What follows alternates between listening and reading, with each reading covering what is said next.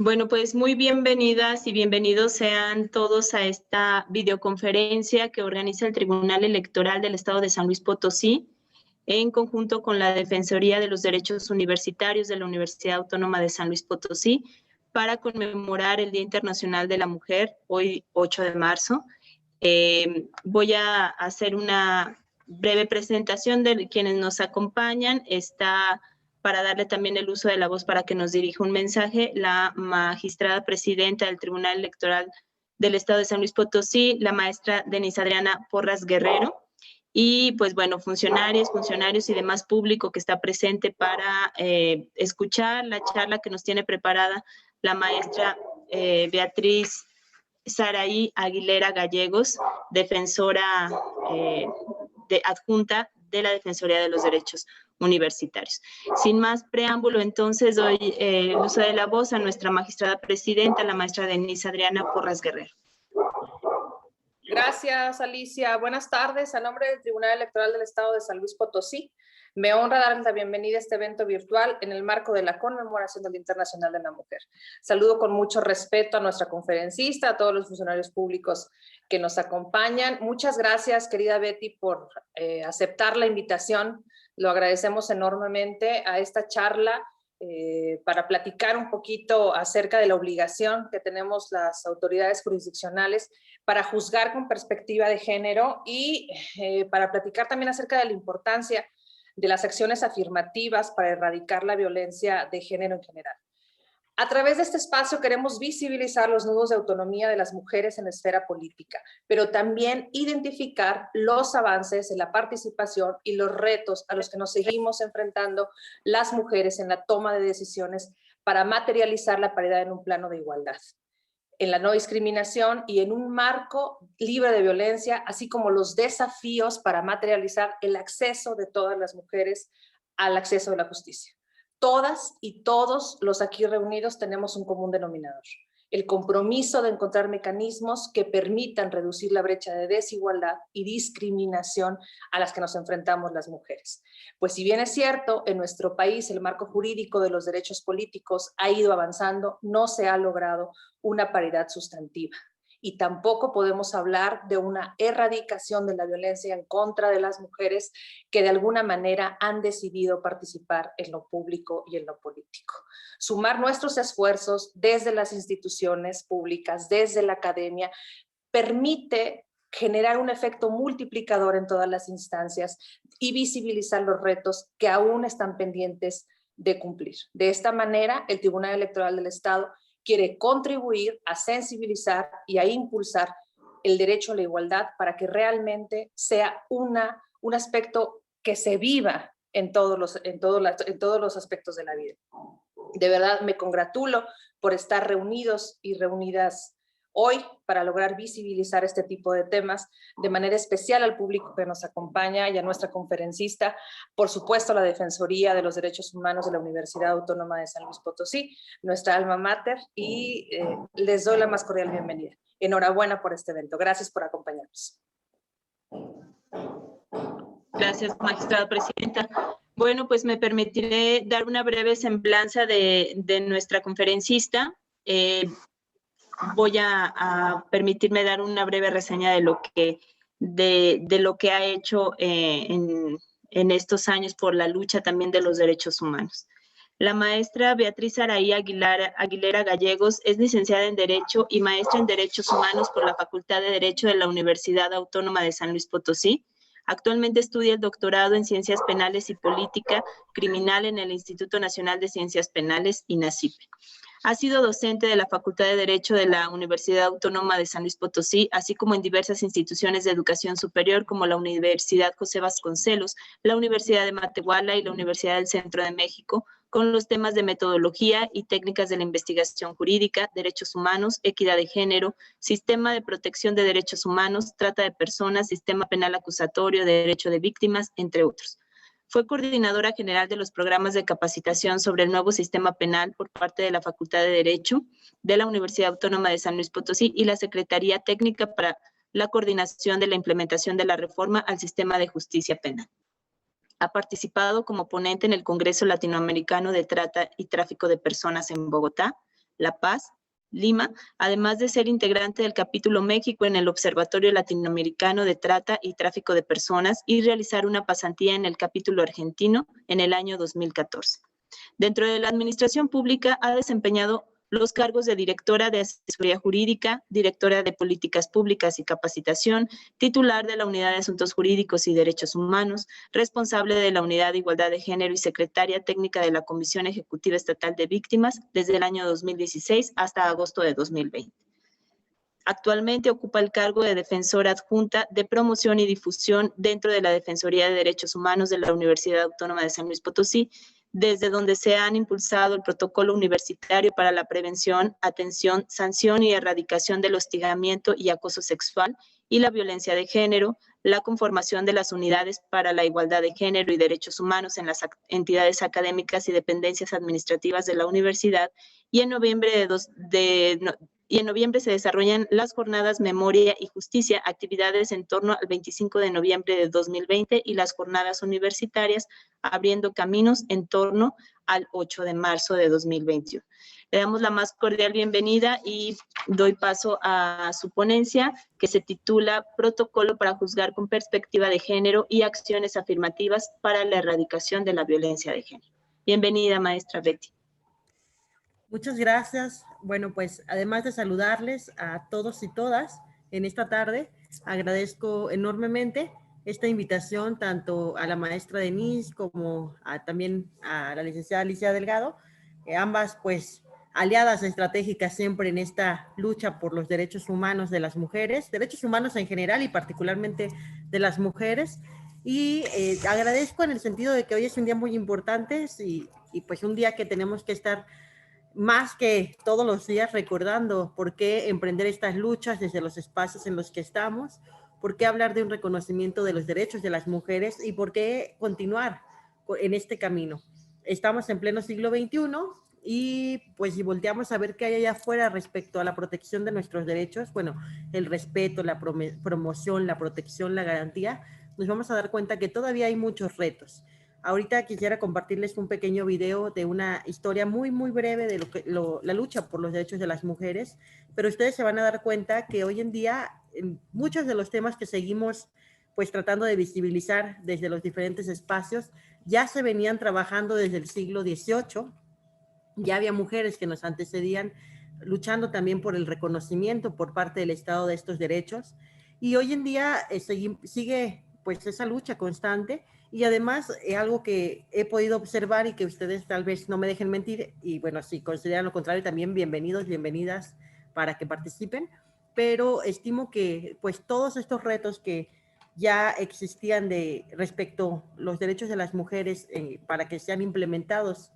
en su totalidad, pues no solamente se han modificado esas violencias que restringen estos derechos, sino incluso se han actualizado también estas violencias. Y lo digo porque, bueno, ahí vamos a ir platicando de poco en poco, pero habrá casos que anteriormente no se presentaban, hoy los tenemos y hoy están también, pues, de alguna manera vulnerando la dignidad, la integridad de las mujeres particularmente. Por ejemplo, si bien todas estas olas del feminismo o estas etapas históricas del feminismo, uno de los primeros derechos que comienza a defenderse de las mujeres es justamente la posibilidad de participar en la vida política del país, el que también pudiéramos votar y ser votadas incluso, y por allá en el año de 1792, luego de 2 años después de que concluye la Revolución Francesa, una mujer muy arrebatada, y ahorita en este video que les quiero compartir lo vamos a reafirmar, pero una mujer muy arrebatada, muy revolucionaria, incluso pues fuera de sí, la consideraron en su momento,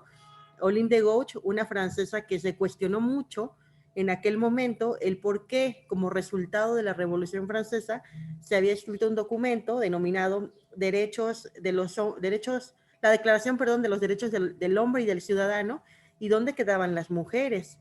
Y vean, hablamos del siglo XVIII, hablamos de una de las primeras insignias de las luchas feministas, y pues lo que logró Olympe de Gouges fue pues que la enviaran a la horca porque no era posible en ese momento pensar que las mujeres podíamos participar y tomar decisiones también en la vida política del país. cuando más bien se había hecho pues esta división muy clara en cuanto a que la mujer era creada, digamos, la mujer existía para el espacio privado, para todo lo que tiene que ver con las labores del hogar, con el cuidado, siempre cuidar a otras personas, ya sea a padres, madres, a hijos, a hijas, pero todo siempre para el interior del hogar. Y era vista más bien como quien, digamos, también derivado de la naturaleza biológica, de incluso del cuerpo de cada persona, era la que reproducía, era quien pues también estaba dedicada a este tema. En cambio, los hombres pues eran vistos más bien quienes se dedicaban al espacio público, quienes salían justamente pues lo que decimos, a tomar estas decisiones para la vida política del país, salían a ser los productivos, no reproductivos, sino productivos en cuanto a salen a realizar una actividad económica para regresar y traer también lo indispensable a los hogares y poder, pues, digamos, satisfacer las necesidades propias de la familia. Entonces, ¿cómo era posible en aquellos tiempos pensar justo en que era posible y que podíamos las mujeres tomar estas decisiones cuando no habíamos sido, digamos, creadas para este tipo de actividades, sino todo lo contrario? Entonces, hoy en día, sí, ya podemos votar, sí, ya podemos ser votadas, participamos en estos procesos, pero ¿qué es lo que pasa ahora? Y por eso les digo, las violencias se van actualizando finalmente. Y todas estas formas a partir de las cuales se nos impiden, se nos niegan, se nos obstaculiza el acceso al ejercicio de nuestros derechos, van adquiriendo otras formas. Si en aquel momento no aparecía una mujer en una boleta, mucho menos podía tomar una decisión. Hoy hablamos de que ya aparecen mujeres en boletas, ya podemos salir a votar, ya estamos participando de diferentes procesos, pero entonces viene a modificarse también esa negación de derechos o esa, les digo, obstaculización de los mismos, porque encontramos hoy en día violencia política en razón de género. Y que bueno, ya ustedes serán mucho más expertos, expertas que yo, pero pues ahí ustedes pueden observar toda una serie de situaciones que se están viviendo ahora desde el ámbito político. Y eso por poner un ejemplo, porque también podemos voltear a ver a otros lados y hoy en día, y también derivado de, bueno, no surge con la contingencia, pero sí se incrementan las estadísticas con este encierro en nuestras casas, con el uso de todas estas plataformas, de todas estas redes sociales, lo que es la difusión ilícita de imágenes, o lo que hemos conocido como el sexting, la pornografía de la venganza, en donde pues esta era una situación, les digo, no surgió con la contingencia, ya existía, sin embargo, pues las estadísticas no eran, digamos, tan grandes como hoy lo estamos viendo, que se ha incrementado este tipo de delitos y que están vulnerando también la dignidad, la integridad de las mujeres, de niñas, de adolescentes, de mujeres. Entonces, ahí también nos damos cuenta cómo esas violencias ahí están presentes. Les digo, se van actualizando, se van ajustando a las necesidades, a las necesidades no, se van ajustando a, digamos, el contexto social que estamos viviendo. Entonces,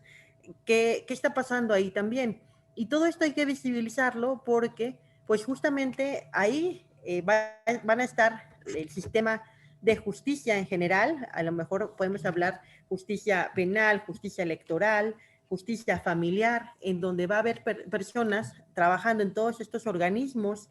u operadores de los sistemas de justicia, y desde su espacio, desde sus funciones, pues les toca también aportar en estos temas. Cuando hablamos de esta incorporación de la perspectiva de género, de la perspectiva de derechos humanos, hoy ya no es si queremos llevarlo a cabo, sino más bien, pues a partir de 2011 también hemos visto y hemos conocido esta reforma en materia de derechos humanos a nuestra Constitución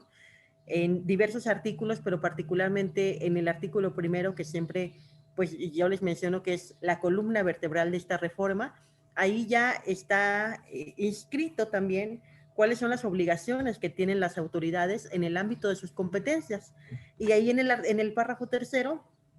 establece que es obligación de todas las autoridades en el ámbito de sus competencias promover, respetar, proteger y garantizar derechos humanos. Y dice además, bajo los principios de universalidad, interdependencia, indivisibilidad y progresividad. Y además nos agrega todavía, y en consecuencia, si no logramos, digamos, estas 4 obligaciones para evitar que se vulneren derechos humanos, para evitar que se llegue a victimizar a personas, en consecuencia entonces tendremos como autoridades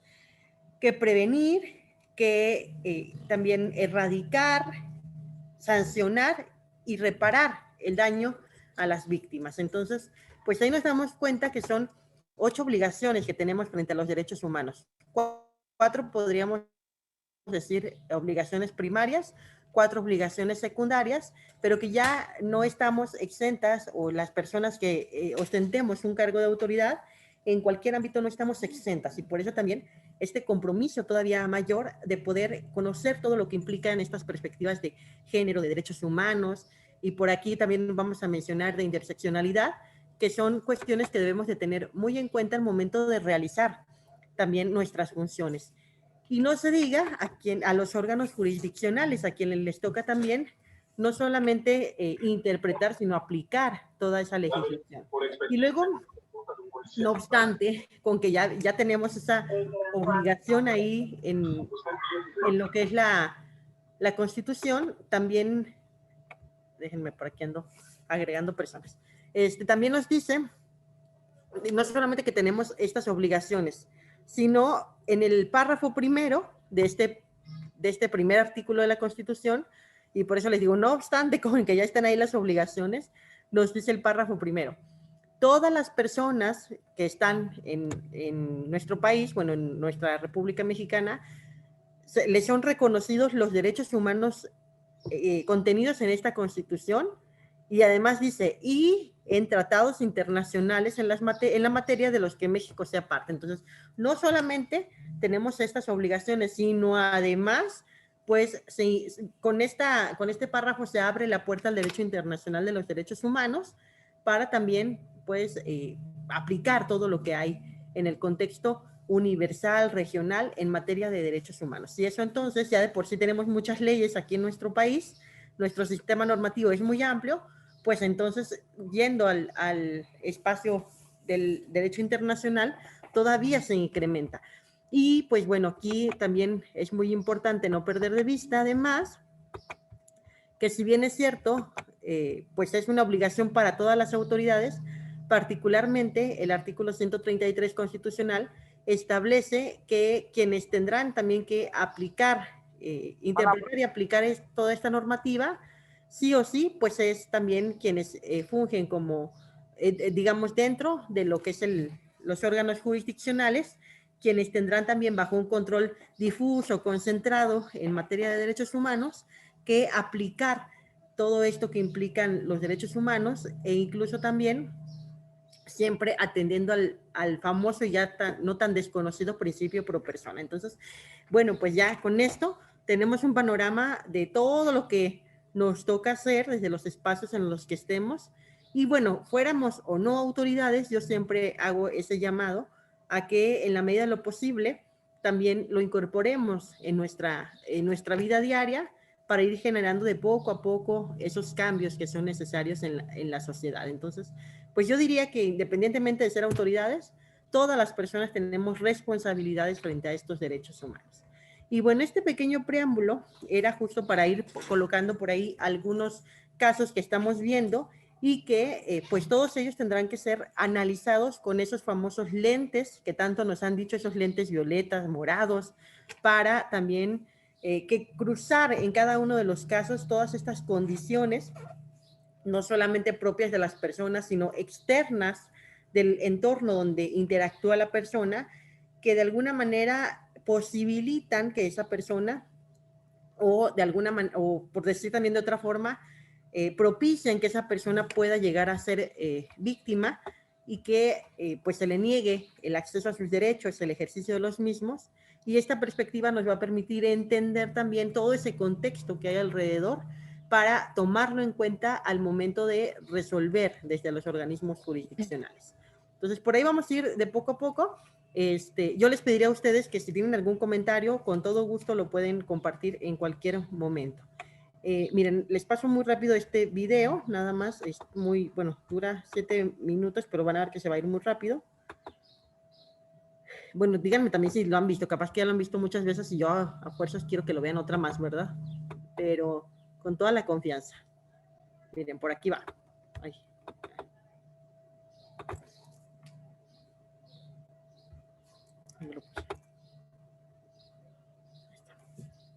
¿Alguna vez te has preguntado todo lo que pasó para que hoy en día existiera un cambio en los derechos de la mujer? En el siglo XVIII, la activista francesa Olympia de Gouges presentó la Declaración de los Derechos de la Mujer y la Ciudadana, en donde se postulaban principios como la dignidad y el reconocimiento, derechos y libertades de toda mujer.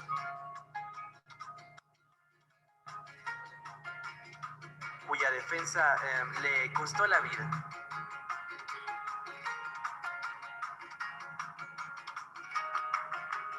En el mismo siglo,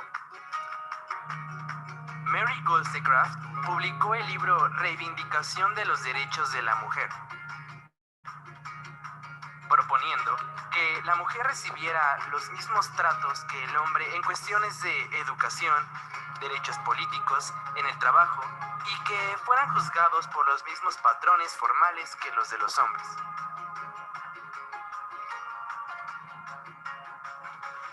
En el siglo XIX, el 8 de marzo de 1857, las obreras de la industria textil y de la confección realizaron una gran huelga y se manifestaron en las calles de Nueva York exigiendo el derecho al trabajo.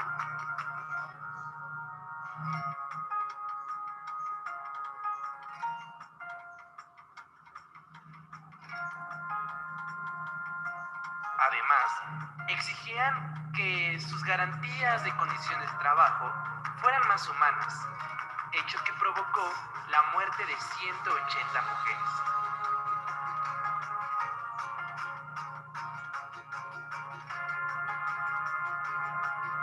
En el mismo siglo, en el primer congreso de la Asociación Internacional de Trabajadores, se aprobó con una resolución relativa el trabajo profesional de la mujer.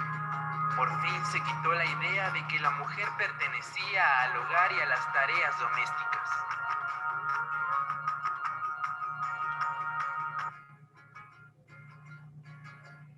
Durante el siglo XX, en la Segunda Conferencia Internacional de Mujeres Socialistas, se declaró que todos los años se celebraría un Día de la Mujer en honor al movimiento de los derechos y libertades de la mujer.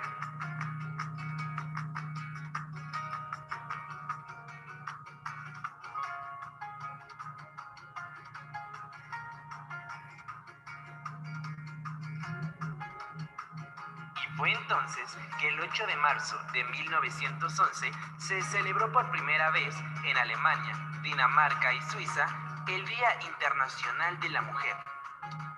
realizando una manifestación exigiendo el derecho al voto y a ejercer cargos públicos, el derecho al trabajo y a la formación profesional, así como el fin de la discriminación en el trabajo.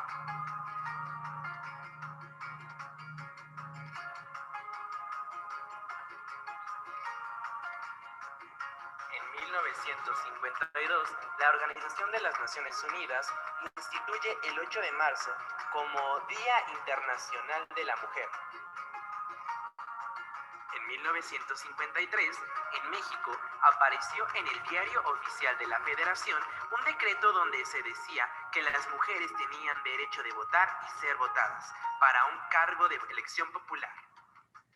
En 1975 se celebró en México la primera conferencia mundial sobre la mujer. Y en 1976 fue creado el Fondo de Desarrollo de las Naciones Unidas para la Mujer. Se encarga de poner en ejecución proyectos que ayuden a la mujer a integrarse en los procesos de desarrollo. En 1982 se crea el Comité para la Eliminación de la Discriminación contra la Mujer. En 1993 se celebró la Conferencia Mundial de los Derechos Humanos en Viena, donde se vio por primera vez la necesidad de declarar y reconocer que los derechos de las mujeres son también humanos, al señalar que los derechos humanos de la mujer y de la niña son parte inalienable, integrante e indivisible de los derechos humanos universales. En 1993, la Asamblea de la ONU adoptó la Declaración sobre la Eliminación de la Violencia contra la Mujer, donde define de manera amplia el fenómeno de la violencia y recomienda medidas para combatirla.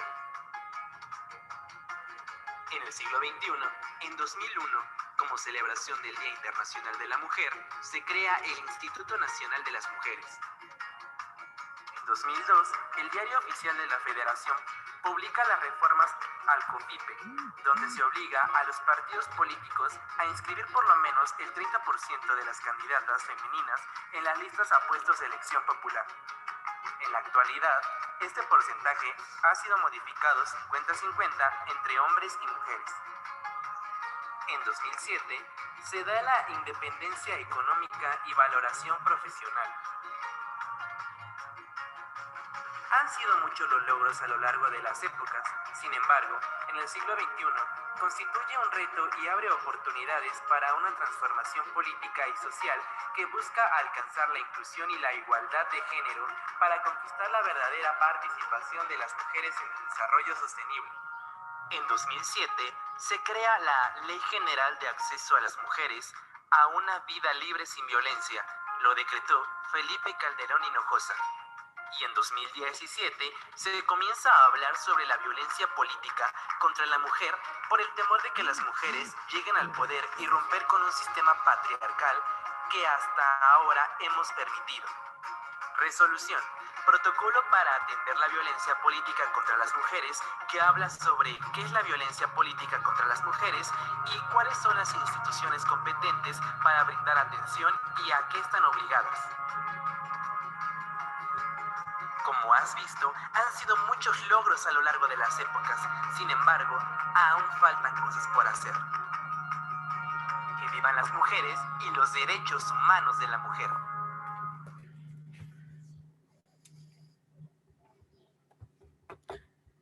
Bueno, es breve el video, pero nos permite pues hacer un recorrido a través de la historia de todas estas acciones que se han desarrollado. Y por ahí muy importante porque fueron mencionando varias cuestiones que hoy tenemos en cuenta como acciones afirmativas. Ahorita al final de la presentación hay una, digamos, parte, o más bien la definición que establece la Ley Federal contra la Discriminación respecto de lo que son las acciones afirmativas, pero no hay que perder de vista que, digamos, todas estas acciones afirmativas no existirían si justo no se presentaran todas estas violencias u obstáculos para ejercer nuestros derechos. Es decir, son las acciones afirmativas, no son de carácter permanente, sino temporal, en tanto que, digamos, estas desigualdades logren también erradicarse y en consecuencia también todas estas violencias. Entonces, por ahí vamos a ir encontrando, pero bueno, déjenme, voy compartiendo la presentación porque no quiero tampoco robarles más tiempo del que tenemos.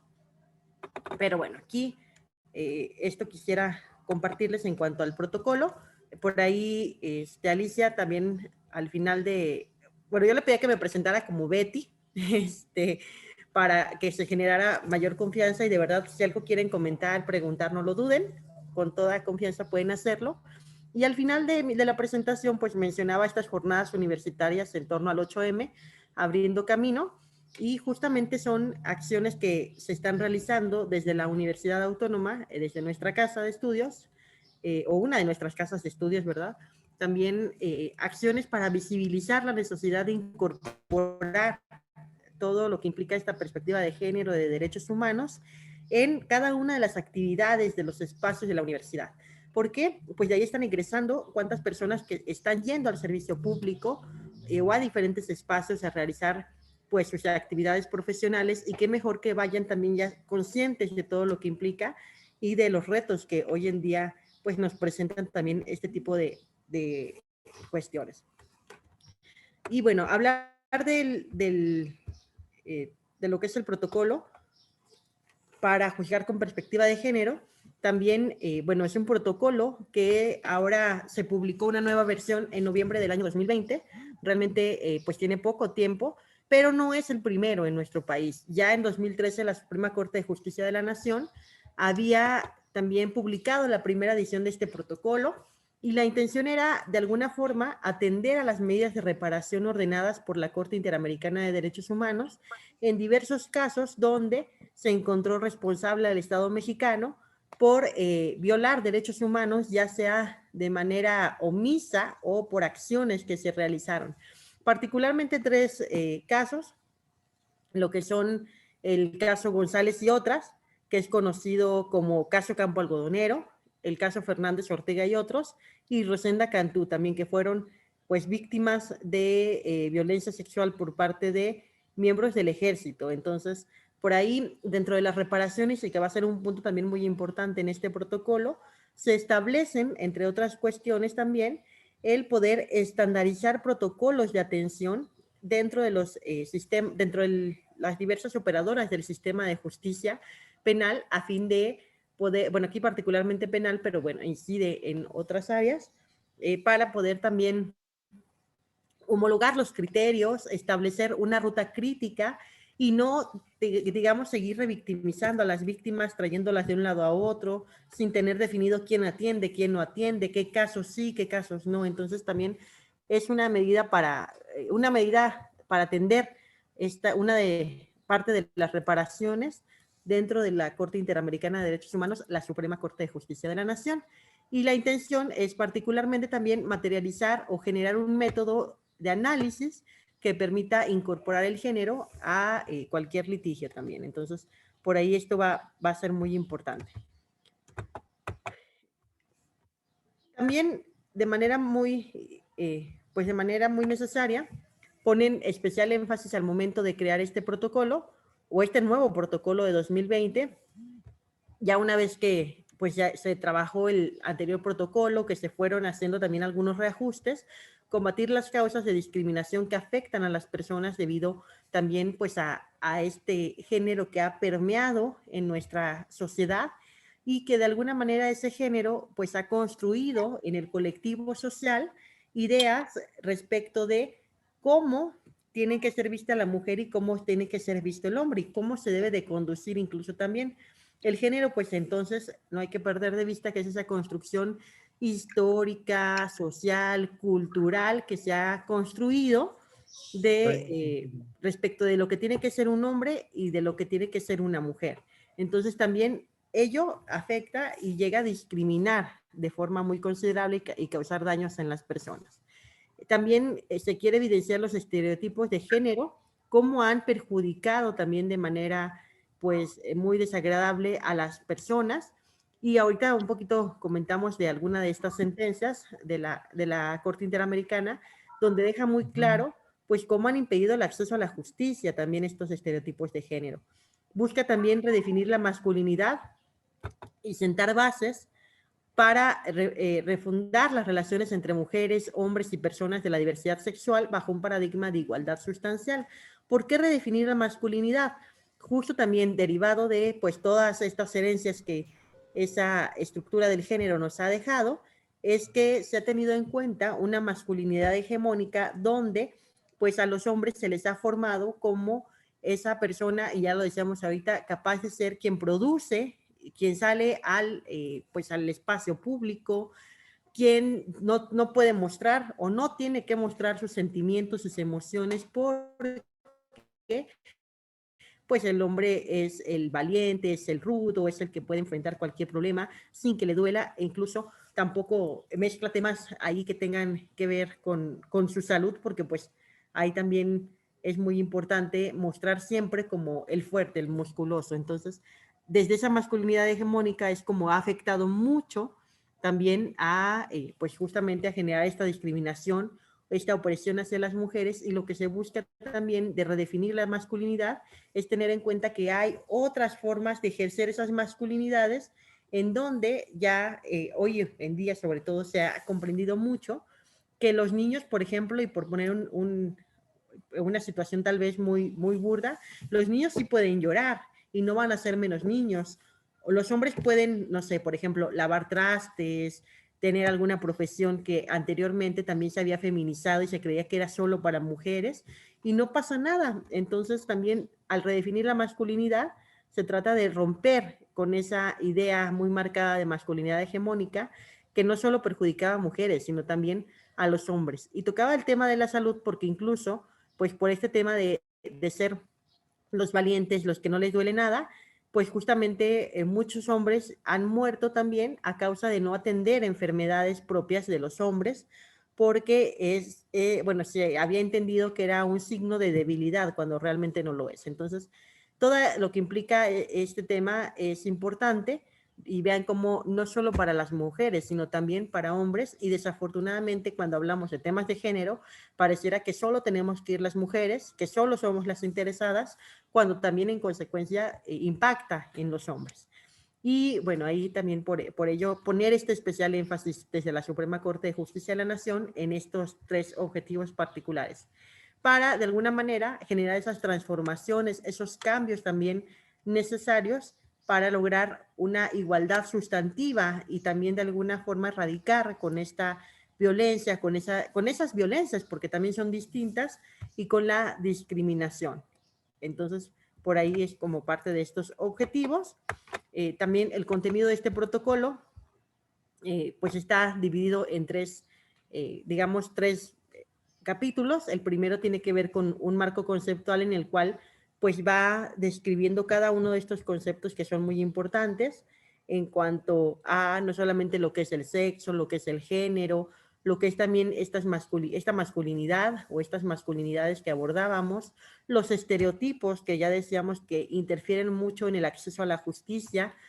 Por otro lado, también tiene un estudio sobre cómo se ha incorporado y cómo ha evolucionado desde lo que es la administración de justicia, la perspectiva de género, tanto en el sistema universal y regional de derechos humanos, desde la ONU, desde la OEA, y también particularmente en nuestro país. Y finalmente, en un tercer apartado, pues está ya una guía práctica para juzgar con perspectiva de género, en donde identifica pues también cuáles son las acciones que tienen que estarse desarrollando desde los órganos jurisdiccionales a fin de poder pues llevar a cabo esta incorporación de esa perspectiva de género. Entonces, por ahí les digo, noviembre de 2020 realmente es un protocolo pues ya modificado y adaptado conforme a las necesidades de hoy en día. En este marco conceptual, pues muchos de estos conceptos ya los hemos trabajado, pero particularmente sí quise pues dejar aquí también el tema de los estereotipos, que de alguna manera esos estereotipos pues han dificultado, les decía a ustedes, el acceso a la justicia por parte de las mujeres, y estos estereotipos van en 3 sentidos. Unos de ellos, por ejemplo, que van hacia las capacidades intelectuales o cognitivas de las mujeres, los otros a la cuestión psicológica o al perfil psicológico de las mujeres y a las diferencias biológicas. Por aquí también ahí el protocolo pues pone tal cual estos ejemplos y los quise traer porque vean cómo estos estereotipos también de alguna manera señalan o generan una falsa idea de cómo son realmente las cosas o las personas. Por ejemplo, este estereotipo que va encaminado a las capacidades intelectuales o cognitivas, lo que prescribe, por ejemplo, pensamos que las mujeres tienen menos capacidades intelectuales que los hombres, pero ¿cuál es la consecuencia? Y por aquí pone el protocolo este ejemplo. Dicha creencia sirve como base para negar oportunidades a las mujeres. Por ejemplo, en el ámbito profesional en el que se da preferencia, se reservan ciertas posiciones exclusivamente a los hombres porque se asume que están más capacitados. Y también están los casos en que se releva a las mujeres de tomar decisiones sobre aspectos que son estrictamente personales, como su situación patrimonial o su salud reproductiva, por ejemplo. Entonces, vean cómo también tiene mucho que ver. Y ahorita les pongo un ejemplo que aunque viene un poco más adelante, para que lo ubiquemos. Desde el perfil psicológico, estereotipos como las mujeres son cooperativas, los hombres son más firmes. Como resultado de esta idea, las mujeres suelen ser rechazadas de trabajos que involucran liderazgo y en cambio se les considera ideales para puestos de carácter administrativo, dada su habilidad cooperativa y su carencia de firmeza. En contraste, los hombres son considerados aptos para los espacios de dirección. ¿Y cuántas veces no ha pasado esto en la realidad? Incluso al momento de leerlo, yo estoy segura que a varias de ustedes, pudo venir a su mente algún ejemplo en particular, algún nombre de una persona o por qué no también, a nosotras mismas que nos haya pasado situaciones de esta naturaleza. Por ejemplo, también el hecho de pensar que las mujeres no somos capaces de trabajar con otras mujeres. Ha sido otro estereotipo y que incluso también esta parte de liderazgo se había venido asumiendo que era una característica, una habilidad, como queramos verlo, de los hombres y no de las mujeres. Por lo tanto, efectivamente no podíamos ejercer o llevar a cabo actividades de un espacio de toma de decisiones porque no sabríamos cómo hacerlo. Cuando hoy encontramos ya, a contrario censo diríamos, pues ejemplos muy claros donde hay mujeres presidentas, presidentas de países, incluso hay mujeres en organismos internacionales, bueno, hay mujeres en organismos o dependencias también del gobierno federal, estatal, y bueno, ¿qué les pongo a ustedes de ejemplo, verdad? Si también ahí ya con una magistrada presidenta, pues aquí está también lo que implica digamos, el desterrar todos estos estereotipos para poder acceder a este tipo de espacios. O, por ejemplo, diferencias biológicas, también como otro estereotipo, las mujeres sufren de cambios hormonales que las vuelven predecibles y volubles. ¿Y a cuántas no nos han dicho estas cuestiones cuando reaccionamos de una manera distinta a la que esperan que nosotros reaccionemos y qué es lo que se asume? Ay, seguramente estás en tu periodo. Ay, seguramente es un cambio hormonal, efectivamente. Entonces, de eso también dice, se genera que se conciba a las mujeres como personas débiles, inestables, y por tanto se niega espacios de toma de decisiones en los ámbitos, en la familia, en la política, en el mercado laboral, etcétera. Asimismo implica que se les condiciona a permanecer en el espacio privado, el hogar. Entonces, y vean, estos son espacios ejemplos, muy generales, pero si volteamos y nos damos cuenta cómo estos estereotipos interfieren en el acceso a la justicia, nos vamos a dar cuenta todavía que es más grave. No quiero decir que estos son menos graves, porque al final de cuentas cada uno interfiere de forma negativa en la vida de las personas, pero sí, y ahorita que mencionábamos que este protocolo es derivado de dar cumplimiento a las reparaciones de estas sentencias de la Corte Interamericana, si traemos a nuestra mente el caso Campo Algodonero y un poco recordamos lo que nos fueron narrando, no solamente en las sentencias, sino incluso de entrevistas que llegó a dar la familia, de videos que se fueron realizando, por ahí señalan, bueno, este es un caso que es una sentencia que se emite por 3 casos de feminicidio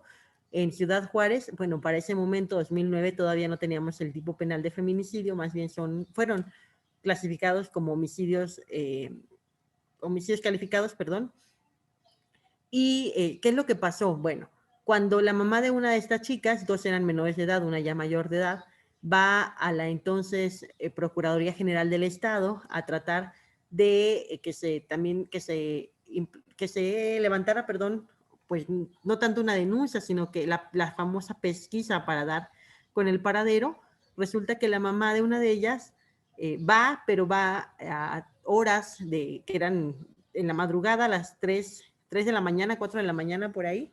para buscar apoyo en la Procuraduría. Y entonces, ¿cuál es la respuesta que obtiene? Pues por parte de las autoridades le dicen varias cuestiones que nos permiten comprender cómo estos estereotipos afectan. Por un lado, bueno, esto no es un estereotipo, por un lado le dicen, ay señora, no son horas hábiles, regrese mañana en horas hábiles para que sea atendida. Y ahora sí va el estereotipo. Señora, seguramente su hija se fue con el novio, dele chance, espérese un rato y va a ver que regresa. Entonces, ¿qué es lo que están asumiendo? Que por ser mujer, pues también ella estaba con su novio y entonces, pues a la señora la mandan a su casa, pero para empezar, no sabían, digamos, a la autoridad no le constaba si tenía un novio o no esa chica, para empezar. Pero como era mujer, pues se asumía de forma general, digamos, esto. Bueno, y además les dijeron, entre otras cosas, también ya en el camino, en donde, bueno, con quién se juntaba, qué juntas le dejaba tener a su hija,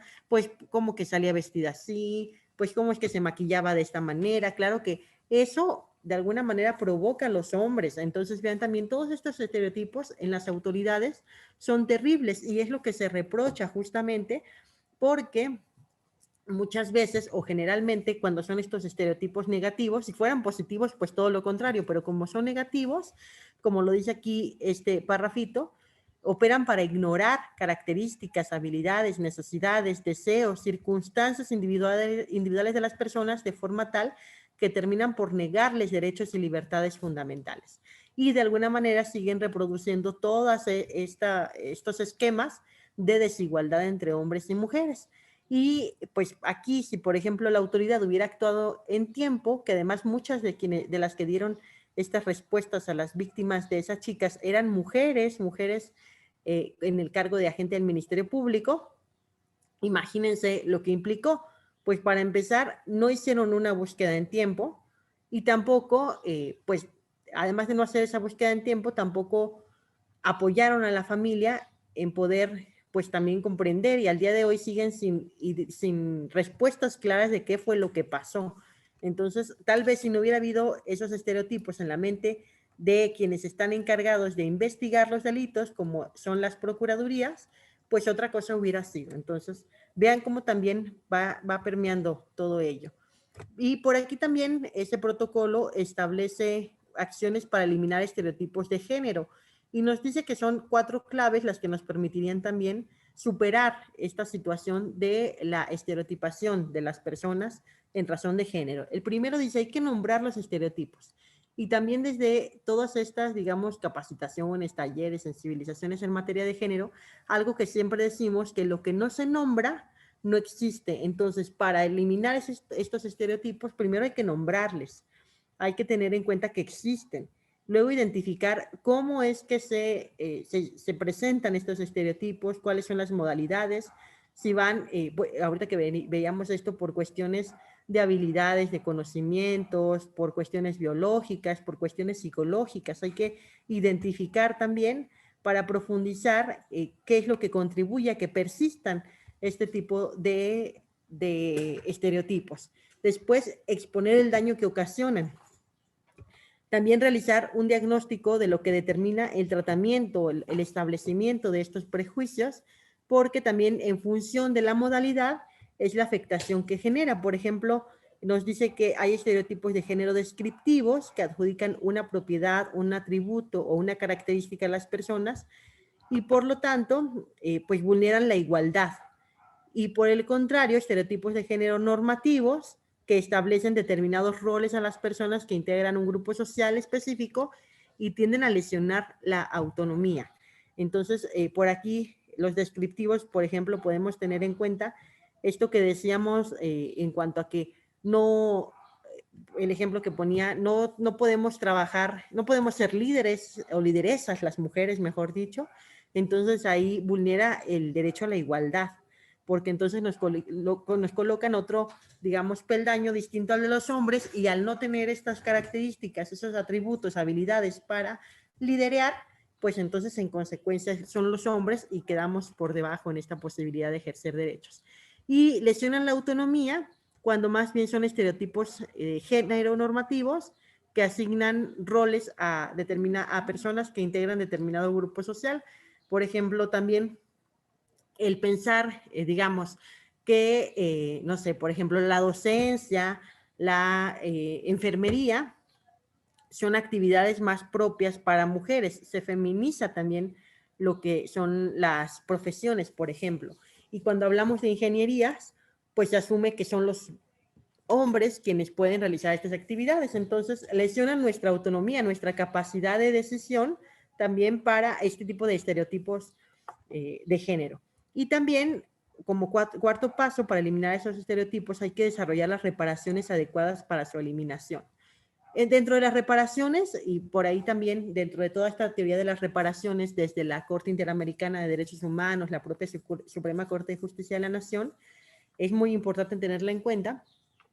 porque va a establecer qué acciones se tienen que generar para reparar un daño. Y por ahí pueden venir, por ejemplo, medidas de satisfacción, es decir, por ejemplo, ofrecer disculpas a la víctima por esos estereotipos que le pudieron lesionar el ejercicio de sus derechos, o a lo mejor vienen, no sé, algunas, dependiendo del tipo de prejuicio, tal vez habrá medidas de rehabilitación, a lo mejor y fue tal el daño que le ocasiona también necesidad de una terapia psicológica para también de alguna manera, digamos, poderle brindar herramientas que le permitan volver a, no sé, a retomar, puede ser su autoestima en sí misma, en la persona. Entonces, vamos viendo ahí que el tema de las reparaciones es un punto muy importante y que en México se ha desarrollado también ya a partir por lo menos de, bueno, no a partir de ese momento se ha desarrollado porque desde la época de los 80s ya teníamos importantes referentes aquí en México hablando de víctimas. María de la Luz Lima Malvido, la doctora también que tiene mucho en esta área, pero particularmente podría decir que hasta la creación de estas comisiones de víctimas, por ahí del año 2014, que se crea la comisión a nivel nacional y 2015 a nivel estatal, es donde ya comienzan a materializar ese tema de las reparaciones. Entonces, estos son los 4 pasos que este protocolo establece para eliminar esos estereotipos también de género. Y otro punto importante que no quise dejar pasar, no quise retomar todos los conceptos, pero también este protocolo establece lo que es la violencia, dentro de este marco conceptual, lo que es la violencia contra las mujeres, cualquier acción o omisión no accidental que perjudique a las mujeres basada en su género, por ser mujeres y que cause un daño psicológico, físico, emocional, patrimonial, sexual o incluso hasta la muerte. Y también menciona cuáles son los tipos de violencia, que además esto va muy relacionado con nuestras leyes, tanto la general como la estatal de acceso a una vida libre de violencia para las mujeres, que también han tenido reformas muy recientes y se ha ampliado los tipos y modalidades de las violencias. Anteriormente solo hablábamos de la violencia física, psicológica, sexual, económica, patrimonial, pero hoy en día ya se han reconocido otras violencias que no estaban anteriormente, por ejemplo, contra los derechos reproductivos. ¿Qué pasa en comunidades también indígenas, sobre todo, en donde han llevado a cabo también operaciones a mujeres a fin de evitar que sigan reproduciéndose y sin su consentimiento, y más allá del consentimiento, sin su conocimiento siquiera? La violencia obstétrica, la violencia en el noviazgo, contra el derecho a la libre elección del cónyuge o pareja. Y aquí les digo, no tendríamos que irnos hasta Chiapas, hasta Oaxaca, basta con ir a la periferia de nuestro estado, de la capital incluso, o bueno, si quieren, a la zona huasteca, en donde siguen intercambiando a mujeres por ganado, por dinero, por bebidas alcohólicas. Entonces, ahí también es otra violencia ya reconocida. La violencia mediática o en medios de comunicación, la violencia digital o reproducida a través de las tecnologías de la información de la comunicación, son también ya modalidades, tipos de violencia reconocidas en estas leyes. Y particularmente el Comité CEDAW, y ahorita vemos también la CEDAW, también ha establecido que la violencia contra las mujeres es una forma de discriminación que inhibe nuestra capacidad para gozar de nuestros derechos humanos en igualdad de condiciones frente a los hombres. También, ahorita que digo CEDAW, la Convención de Belém do Pará, pues son 2 instrumentos muy importantes, tanto a nivel universal como regional. CEDAW es del sistema ONU,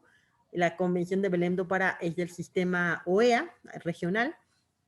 pero son estas convenciones encaminadas a erradicar todas las formas de discriminación hacia las mujeres y que han sido muy importantes porque además México también ha suscrito ambas convenciones y por lo tanto, y hablando de este párrafo primero del artículo primero, pues establece esa obligación también de incorporarlas. Y no solamente incorporar esa normativa, también la perspectiva de género,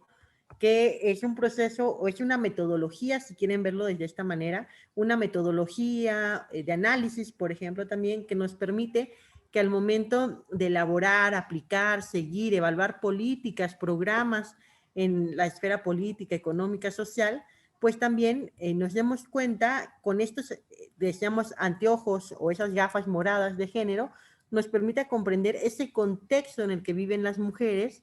que también tenemos que generar, pues digamos, esta discriminación positiva, estas acciones afirmativas, a fin de tratar de igualarlas, ponerlas al mismo plano que los hombres para que puedan ejercer de la misma forma sus derechos. Y pues también es importante esta perspectiva de género, porque nos va a permitir entonces, si conocemos el contexto, visibilizar la condición y posición de las mujeres con respecto a los hombres, detectar factores de desigualdad que afectan a hombres y mujeres en diferentes ámbitos del desarrollo y planear acciones para modificar las estructuras que mantienen las desigualdades, o también en el caso propio de un organismo jurisdiccional en materia electoral, pues también emitir resoluciones, emitir sentencias a partir de las cuales también se pueda ir generando estos cambios o estas modificaciones en la forma en cómo se había venido entendiendo la participación, por ejemplo, de las mujeres en la vida política del Estado. Dice la Ley de Acceso a las Mujeres a una Vida Libre de Violencia que estos son los derechos que tenemos las mujeres. No son, digamos, todos los derechos. Esta no es una lista exhaustiva, solamente es enunciativa, pero de aquí podemos relacionarles con mucho más. La vida, la libertad, la igualdad, la equidad, la no discriminación, la privacidad, la integridad física y psicoemocional y sexual son derechos que están ahí reconocidos también ya en en estas leyes, básicamente. Pero además también hay otra categoría que es muy importante, no perder de vista. Así como ya, bueno, decimos, son todos los derechos para todas las mujeres, pero no hay que perder de vista que no todas las mujeres somos iguales. También, de alguna manera, hay factores que pueden obstaculizar incluso el acceso a estos derechos. ¿Y qué es lo que nos va a permitir comprender esos factores y observarlos y darnos cuenta que entonces tenemos que, por ejemplo, generar protocolos especiales de atención? Pues la interseccionalidad. Dice por aquí, la mujer por motivos de sexo y género está unida de manera indivisible a otros factores que afectan a la mujer,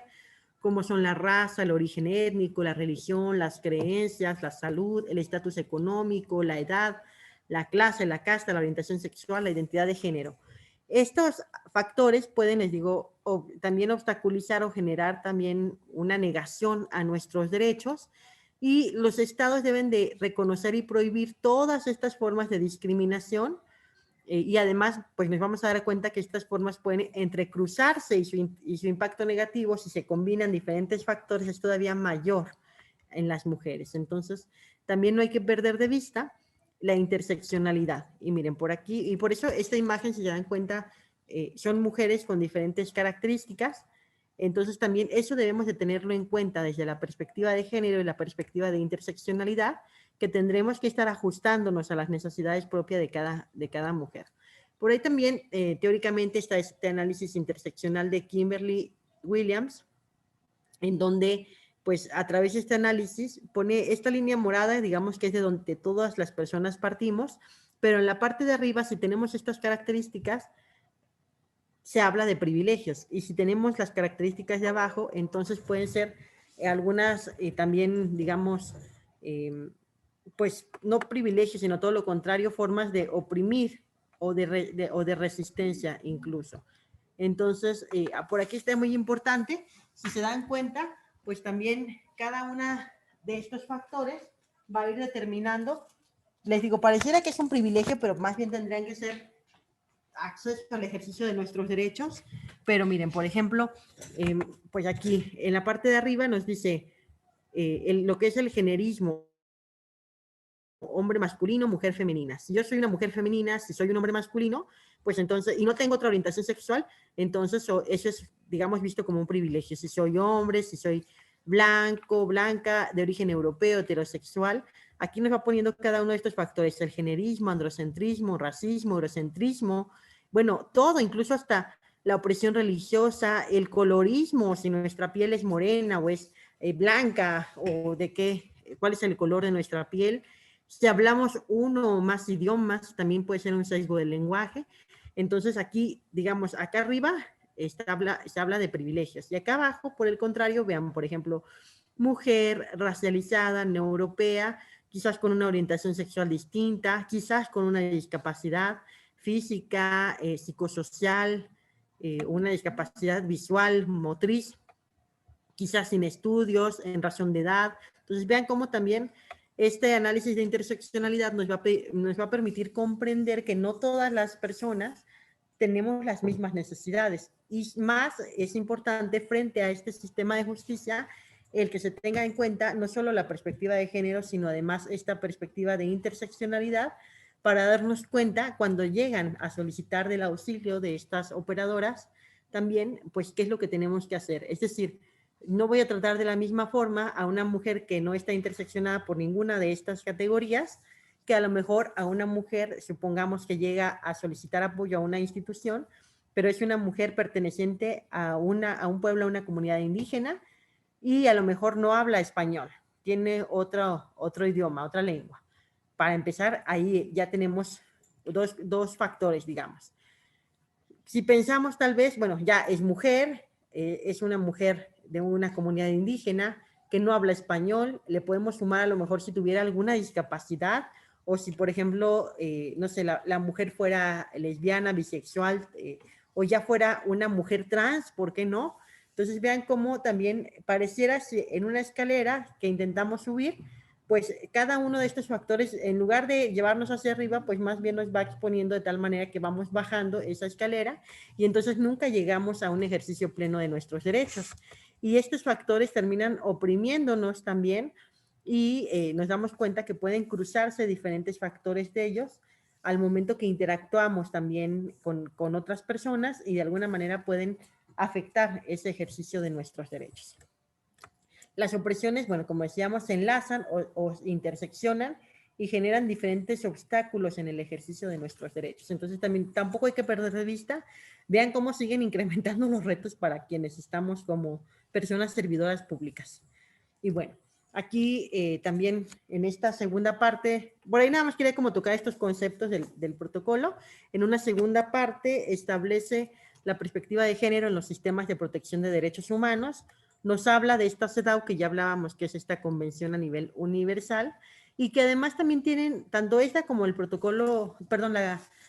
convención de Belém do Pará, ambas tienen mecanismos de seguimiento o comités que se generan para dar seguimiento a cómo los estados están incorporando estas convenciones en su territorio. Y, por ejemplo, hay, de cada una hay recomendaciones generales, recomendaciones que se emiten a partir, por ejemplo, de visitas in locu o visitas en el lugar de los hechos, que generan también estos comités a fin de conocer qué tanto cumplimiento, qué tanta observancia los estados parte de estas convenciones le dan al contenido de las mismas. Aquí, por ejemplo, algunas recomendaciones generales que ha emitido CEDAW van en el sentido de asegurar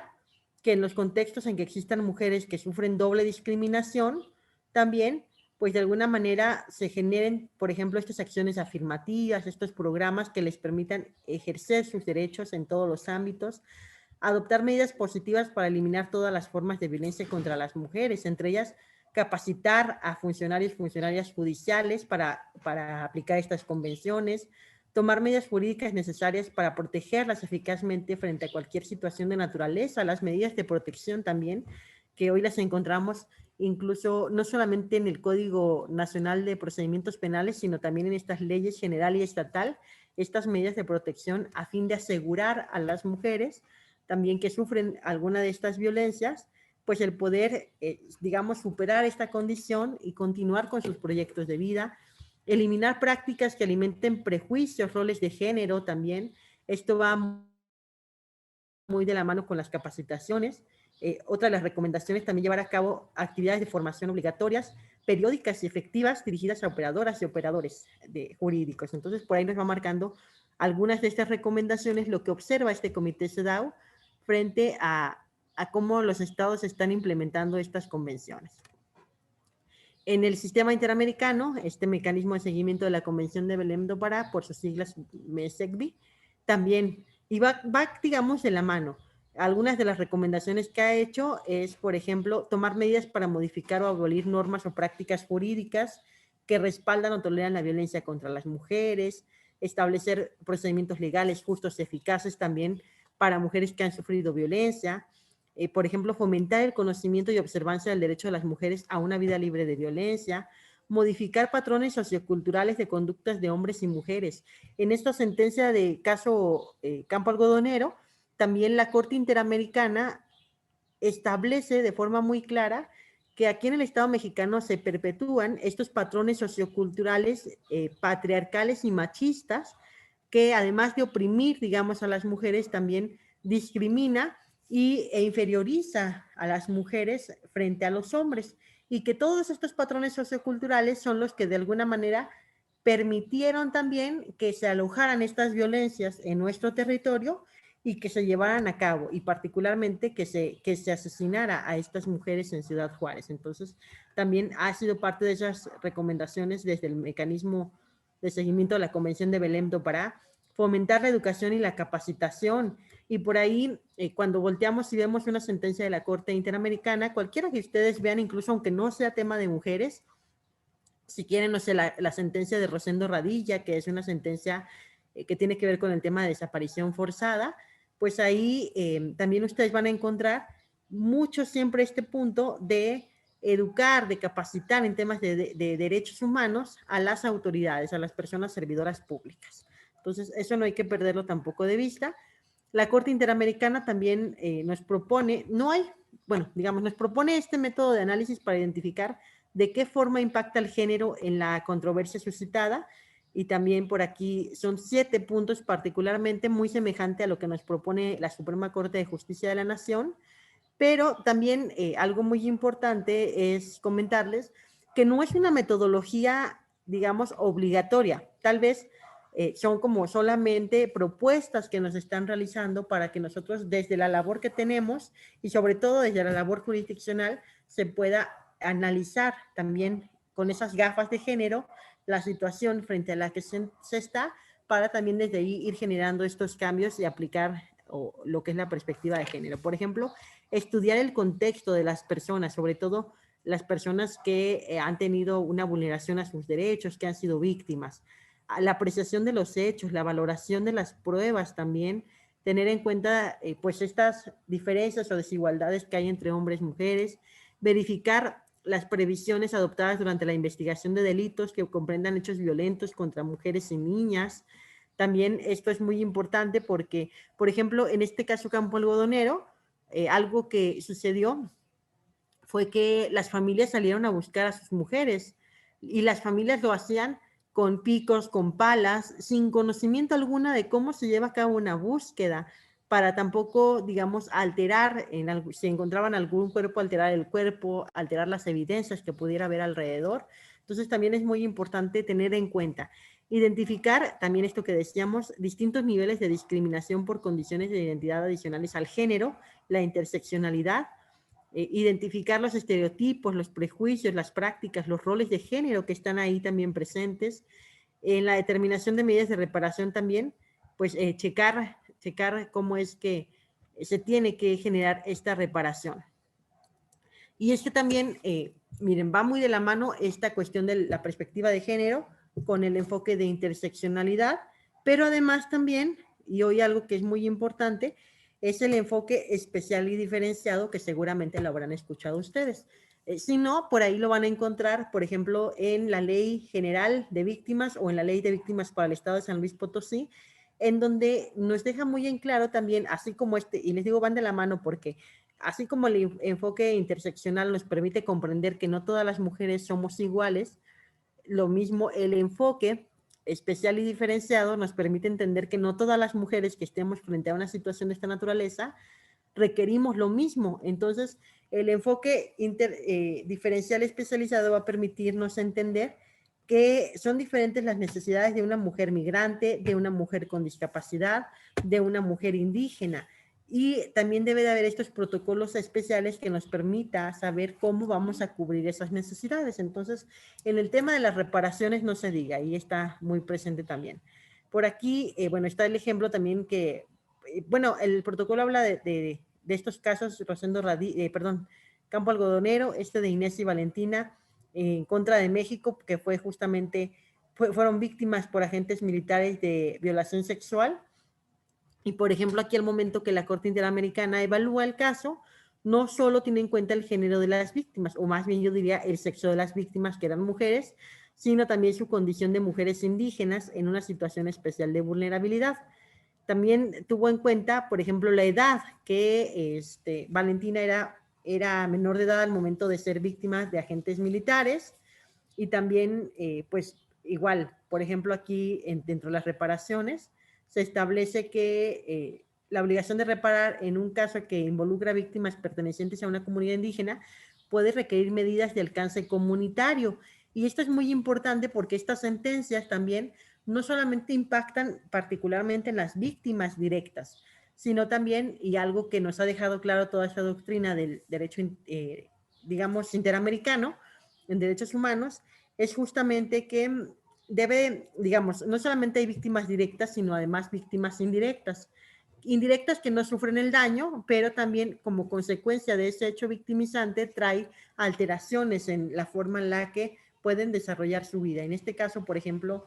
en caso Campo Algodonero, pues las mujeres que fueron asesinadas eran las víctimas directas, sus familias víctimas indirectas. Acá Valentina e Inés fueron víctimas directas de agentes militares, pero también reconoció la Corte que tenían que trabajar con la comunidad entera, porque finalmente no solamente repercute el daño en ellas,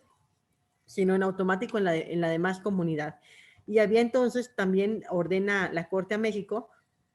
facilitar recursos para establecer un centro comunitario dedicado a las mujeres de la comunidad, en el cual estuviera destinado a realizar actividades educativas, sobre todo en temas de derechos de las mujeres, derechos humanos. Entonces, también vean cómo pues esta perspectiva de género interseccional, de enfoque especial y diferenciado nos va permitiendo comprender particularmente que las necesidades propias de cada persona. Y dentro de la Suprema Corte de Justicia de la Nación, si bien es cierto, pues no hay, digamos, un instrumento jurídico que particularmente nos hable de esta obligación de juzgar con perspectiva de género a quienes están en estos organismos jurisdiccionales, más bien a través de las diversas interpretaciones que ha hecho la Suprema Corte sobre los derechos humanos, que son reconocidos tanto en la Constitución como en instrumentos jurídicos internacionales, regionales. Lo que también es cierto es que ha dado sustento a través de estas interpretaciones en la Suprema Corte de la necesidad de incorporar estos métodos de análisis para los casos en donde el género se configura como un factor importante para tomar cualquier tipo de decisión. Y también, sobre todo, para acceder a lo que es el derecho a la justicia, a la igualdad, a la no discriminación, y en ello, pues también de manera consecutiva, digamos, pues proteger los demás derechos humanos. No hay que perder de vista también incluso, yo les decía por ahí, que el artículo primero establece no solo estas obligaciones genéricas a las autoridades en materia de derechos humanos, sino también con base en qué principios debe sustentarse esta obligación, estas obligaciones. Uno de ellos es la interdependencia. Y por aquí decíamos, bueno, particularmente el acceso a la justicia en condiciones de igualdad, pero también se tutelan otros derechos, es decir, la interdependencia como un principio de derechos humanos nos permite comprender que todos de una u otra forma están ligados entre sí, están relacionados. En la medida que un derecho se vea vulnerado, en automático trae también afectaciones a otros derechos. Entonces, ahí también no hay que perderlo de vista. ¿Y qué implica juzgar con perspectiva de género? Bueno, pues particularmente en esta jurisprudencia, igual por aquí les paso el link o seguramente lo habrán visto, la Suprema Corte de Justicia de la Nación establece que por lo menos son 6 elementos que deben de tenerse en cuenta para poder llevar a cabo esta actividad de juzgar con perspectiva de género. Y les digo que son muy parecidos a los de la Corte Interamericana. Por ejemplo, dice, en un primer momento tenemos que identificar si existen situaciones de poder que por cuestiones de género den cuenta de un desequilibrio entre las partes de la controversia.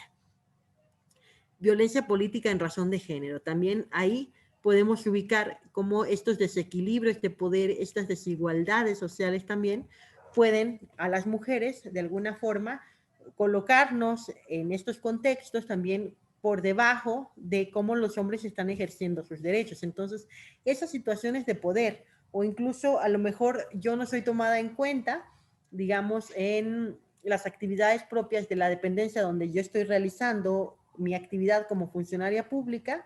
y a lo mejor quien está coartando esas posibilidades es mi jefe inmediato, y mi jefe inmediato es un hombre. Entonces, tal vez también esas situaciones de poder, de desequilibrio, pues puedan generar este tipo de controversias. Dice también cuestionar los hechos y valorar las pruebas, desechando cualquier estereotipo o prejuicio de género, a fin de advertir las situaciones de desventaja provocadas por esta categoría, ordenar las pruebas necesarias también para visibilizar estas situaciones de desigualdad, de discriminación, siempre que el material probatorio sea insuficiente para aclarar la situación de violencia, de vulnerabilidad o de discriminación por razón de género, cuestionar la neutralidad del derecho aplicable y evaluar el impacto diferenciado de la solución propuesta. Eso también tiene mucho que ver con ese principio pro persona, que en el momento que nosotros vamos a aplicar un derecho, una norma, una ley, pues lo tenemos que hacer también teniendo en cuenta que sea la norma que más beneficie a las personas. También, digamos, este principio pro persona, en este sentido amplio se entiende de esta manera, pero también lo podemos interpretar de manera restringida, que cuando una persona se le va a generar una afectación en el ejercicio de sus derechos, pues también, así como buscamos protegerle de mayor medida con un derecho, vamos a buscar que si va a tener una afectación o una suspensión de alguno de sus derechos, pues sea, digamos, el menor daño posible el que se le cause a esta persona. Entonces también no hay que perder de vista y por eso hay que cuestionar la neutralidad del derecho aplicable. Aplicar estándares de derechos humanos de todas las personas involucradas. Bueno, aquí, por ejemplo, si son mujeres, si son personas de la comunidad LGBTIQ, pues también tener en cuenta cuáles son los derechos humanos que tendríamos que estar favoreciendo, qué instrumentos tenemos, ya decíamos ahorita 2 por lo menos, la convención, la CEDAW y la convención de Belém do Pará. Entonces por ahí, pues por poner por lo menos estos ejemplos. Y aplicarlos, y evitar la utilización del lenguaje basado en estereotipos o prejuicios y a su vez procurar el uso del lenguaje incluyente. Pero además no solo el uso del lenguaje incluyente, sino también el uso de un lenguaje sencillo. El derecho es no hay que perder de vista, es una ciencia social, es una ciencia que tenemos que acercar a la sociedad, por lo tanto, y la sociedad pues generalmente no comprende todos estos tecnicismos, todas estas estos conceptos que luego tenemos muy rebuscados y que llegamos incluso no siempre a entenderlos quienes estudiamos derecho, imagínense quienes no. Entonces también hoy otra de las modalidades que se tienen desde la Suprema Corte de Justicia de la Nación es emitir también pues todos estos resolutivos utilizando no solo un lenguaje, digamos, sin estereotipos, prejuicios de género, sino además también un lenguaje sencillo, un lenguaje que sea capaz. Y hemos visto cómo han, por decirlo de alguna manera, traducido pues en sentencias más claras también y más breves las resoluciones que ha tenido la Suprema Corte. Entonces son estos 6 puntos que recomienda nuestro máximo órgano protector de la Constitución, que se tengan en cuenta desde la actividad jurisdiccional. Y bueno, aquí les decía hace unos momentos, no es, digamos, un método que ya esté definido, que sea el único que se puede utilizar para poder incorporar esta perspectiva o este análisis de género en el momento que se llevan a cabo las diversas actividades que se tienen. Son solamente propuestas, pero en conjunto lo que buscan es por lo menos poner unos elementos mínimos, básicos, que se tengan en cuenta por parte de las personas encargadas de operar pues todos estos sistemas de justicia que permitan también identificar ese impacto diferenciado que puede producir el género en los distintos aspectos de la controversia. Es decir, darnos cuenta también que el género va a ser un factor que ahí va a estar presente en tanto pues siga habiendo todos estos tipos de violencias, de opresiones hacia las mujeres, en la medida que logremos acceder al ejercicio de nuestros derechos tal cual lo hacen los hombres, pues créanme que todo este tema de acciones afirmativas, todos estos protocolos tendrían que también desaparecer, porque hablamos de una igualdad de condiciones. Entonces, lo que buscan es, les digo, identificar el impacto diferenciado que produce el género y también, pues de alguna manera, buscar condiciones para remediar ese impacto diferenciado que generalmente es negativo mediante sentencias, que de alguna manera pues también vayan generando prácticas institucionales, no en detrimento de las mujeres, sino en reconocimiento de lo que son sus derechos. Y nada más para ya ir terminando esto de las acciones afirmativas, pues no lo quise poner tanto porque pues conforme íbamos avanzando, hablar, e incluso en el video, por ejemplo, hablar de un instituto de las mujeres, hablar de un protocolo para juzgar con perspectiva de género, hablar de cuotas de paridad también, o paridad de género en los gabinetes, en los cargos de elección popular, pues no son otra cosa más que acciones afirmativas, que dice por aquí, son medidas especiales, específicas y de carácter temporal a favor de personas o grupos en situación de discriminación, cuyo objetivo es corregir situaciones patentes de desigualdad en el disfrute o ejercicio de derechos y libertades, aplicadas mientras subsistan dichas situaciones, se adecuarán a la situación que quiera remediarse, deberán ser legítimas y respetar los principios de justicia y proporcionalidad. estas medidas no serán consideradas discriminatorias porque lo que buscan es emparejarnos a todas las personas, por decirlo de alguna manera, o ponernos en un mismo plano a todas las personas. Y pueden incluir, entre otras medidas, para favorecer el acceso, permanencia, promoción de personas pertenecientes a grupos en situación de discriminación en espacios educativos, laborales, cargos de elección popular, a través del establecimiento de porcentajes o cuotas. Y deberán ser prioritariamente aplicables hacia personas de pueblos indígenas, afrodescendientes, mujeres, niñas, niños, adolescentes, personas con discapacidad, personas adultas mayores, personas migrantes, ahí le podemos seguir la lista también. Entonces, estas medidas, no hay que perder de vista, son temporales. Y por eso les decía, en la medida que se logran resolver todas estas situaciones, pues tendrán que ir desapareciendo. ¿Por qué no tendríamos que estar incluyendo estas cuotas de género en cargos de elección popular si en automático los partidos estuvieran inscribiendo a mujeres, a hombres, y además también con digamos, enfoque de interseccionalidad, a lo mejor mujeres, hombres con discapacidad,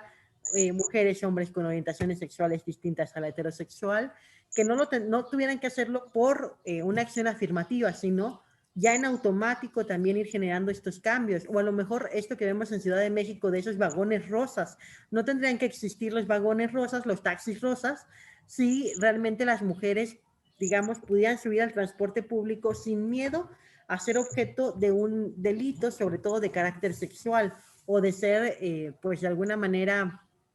acosadas, hostigadas, amenazadas, de que si su integridad no se viera en riesgo también. Entonces, vean cómo son estas acciones afirmativas temporales, pero existirán en la medida que esas situaciones no se resuelvan. Entonces, pues,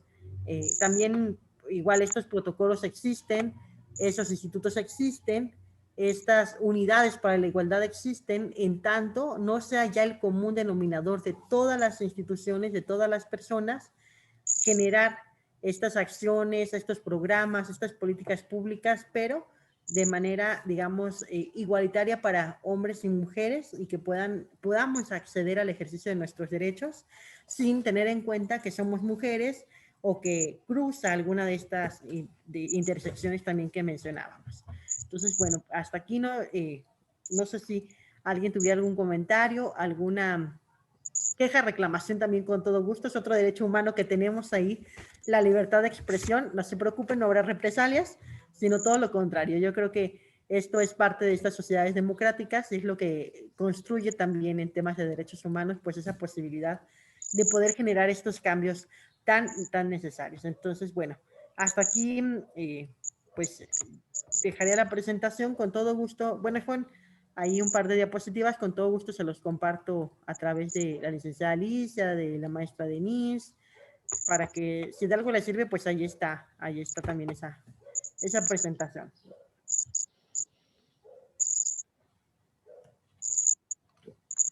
Pues muchísimas gracias, maestra Beatriz. Estamos en un espacio, si alguien, como bien lo dijo Betty, gustan hacer algún comentario, alguna reflexión,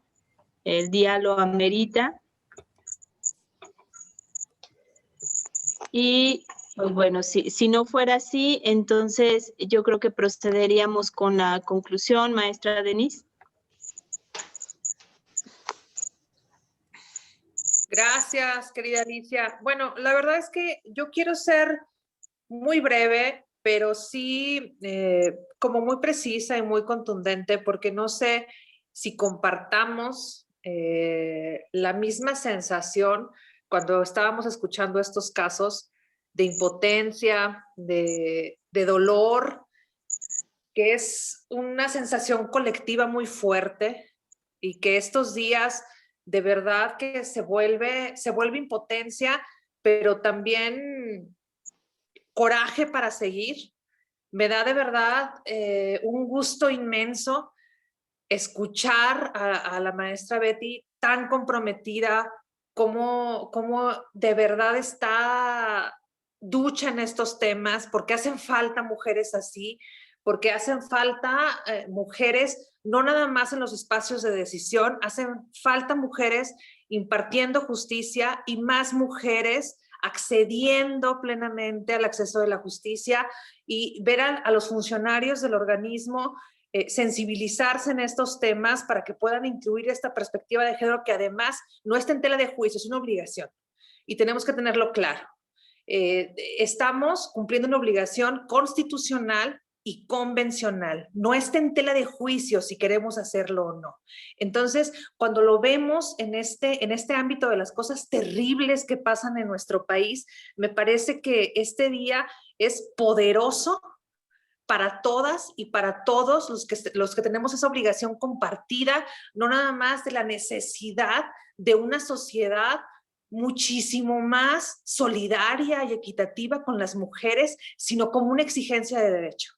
De verdad que a mí,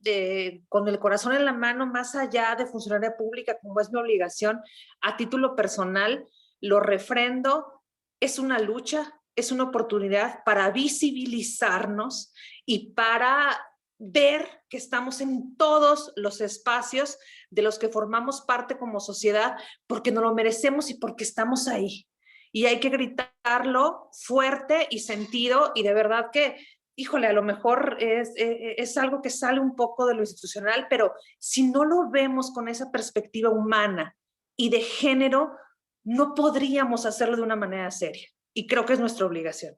De verdad, muchas gracias por el honor de compartir el espacio, porque hace falta no olvidar la importancia del debate, no olvidar la importancia del diálogo, aunque estemos en unas situaciones tan adversas como esta pandemia que nos ha quitado a tanta gente, pero no dejar de luchar, de alzar la voz y de seguir insistiendo en colocar los temas en la agenda que son importantes. Y ahí vamos nosotras,